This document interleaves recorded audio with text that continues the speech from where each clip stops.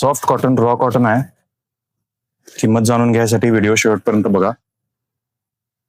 पल्लू open करून दाखवतो तुम्हाला. खूप सुंदर असा नाजूक डिजिटल प्रिंट, ब्लॉक प्रिंट पल्लू येणार. डोपियन रॉ कॉटन कापड येणार. हा याचा पल्लू. स्क्रीनशॉट घेऊन आम्हाला नक्की कळवा आवडल्यास. साडी खोलून बघूया.